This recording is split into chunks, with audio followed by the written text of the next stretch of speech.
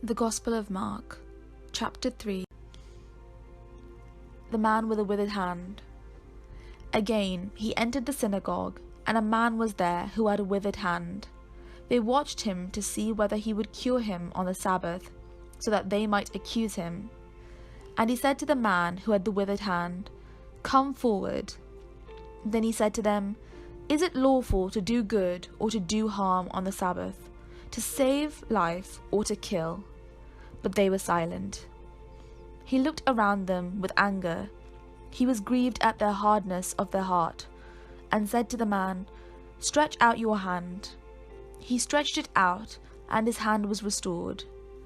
The Pharisees went out and immediately conspired with the Herodians against him, how to destroy him. A multitude at the seaside. Jesus departed with his disciples to the sea, and a great multitude from Galilee followed him. Hearing all that he was doing, they came to him in great numbers from Judea, Jerusalem, Idumea, beyond the Jordan, and the region round Tyre and Sidon. He told his disciples to have a boat ready for him, because of the crowd, so that they could not crush him. For he had cured many, so that all who had diseases pressed upon him to touch him. Whenever the unclean spirits saw him, they fell down before him and shouted, "You are the Son of God." But he sternly ordered them not to make him known. Jesus appoints the 12. He went up the mountain and called to him those whom he wanted, and they came to him. And he appointed 12, whom he also named apostles, to be with him, and to be sent out to proclaim the message, and to have authority to cast out demons.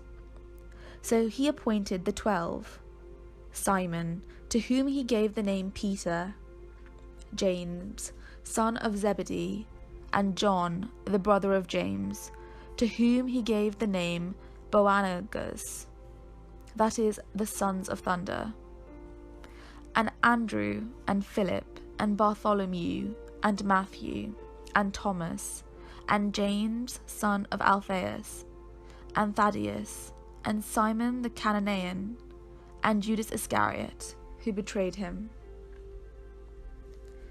Jesus and Beelzebul. Then he went home, and the crowd came together again, so that they could not even eat. When his family heard it, they went out to restrain him, for people were saying, "He has gone out of his mind." And the scribes who came down from Jerusalem said, "He has Beelzebul, and by the ruler of the demons he casts out demons." And he called them to him, and spoke to them in parables. "How can Satan cast out Satan? If a kingdom is divided against itself, that kingdom cannot stand. And if a house is divided against itself, that house will not be able to stand. And if Satan has risen up against himself and is divided, he cannot stand, but his end has come. But no one can enter a strong man's house and plunder his property without first trying up the strong man. Then indeed the house can be plundered.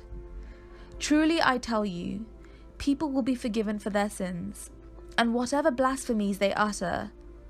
But whoever blasphemes against the Holy Spirit can never have forgiveness, but is guilty of an eternal sin. For they had said, he has an unclean spirit. The true kindred of Jesus. Then his mother and his brothers came, and standing outside, they sent to him and called him. And they said to him, "Your mother and your brothers and sisters are outside and asking for you." He replied, "Who are my mother and my brothers?" And looking at those who sat around him, he said, "Here are my mother and my brothers. Whoever does the will of God is my mother and my brother and my sister."